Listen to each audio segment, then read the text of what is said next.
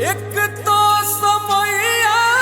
अंकुश राजा बहुत ही बेहतरीन एगो निर्गुण गाना लेके आइल बड़न, जौन गाना सोशल मीडिया पर बहुत तेजी से वायरल होता। उ गाना के लोग खूब पसंद करता। अरे सजनी रे जौन गाना का नाम है तोहर आचारवा मैल भइले राम।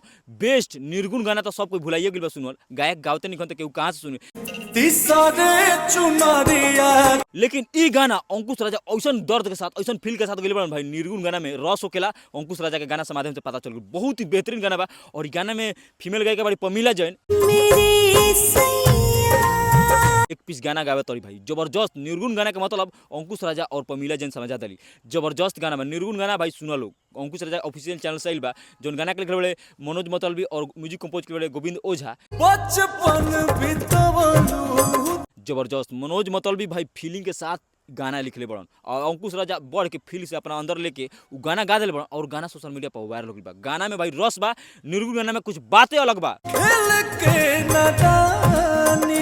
निर्गुण गाना भले गायक नहीं गावत कहलन कि पब्लिक सुनने नहीं के चाहता हम गाई कहाँ से। तू गईब तो भैया सुनिहन काहे ना। गाना भाई एक पीस अंकुश राजा गइले बड़न और सब फील दिखा दे। अंकुश राजा और पमीलिया जैन अपन गाना के माध्यम से पूरा भोजपुरी इंडस्ट्री के ई बता दन कि भाई निर्गुण गाना भी चल सकला। निर्गुण गाना के भी लोग सुन सकला। निर्गुण गाना कैसन होकेला अंकुश राजा के आज माध्यम से पता चल गई भाई। हमके भुलाई।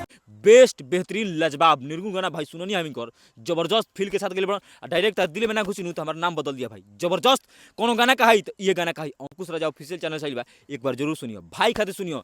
निर्गुण गाना का सपोर्ट करो आ बढ़िया करे के कोशिश कइले बड़ा इनका सपोर्ट करो लोग। अगर ये गाना खराब कोई गाई तो तुम लोग एकदम व्यू पर व्यू देवे लोग। आ बढ़िया निर्गुण गाना जबकि पहले के उनके गायक रहन भरत शर्मा जब गावत रहन तो भाई एक पीस गाना गावत रहन जब के तो आज अंकुश राजा के माध्यम से पता चलता कि निर्गुण गाना में कैसन बात रहेला कैसन रस रहेला का मतलब होला समझा दिलन। जबरदस्त गाना बा तू लोग सुनियो लोग जरूर भाई।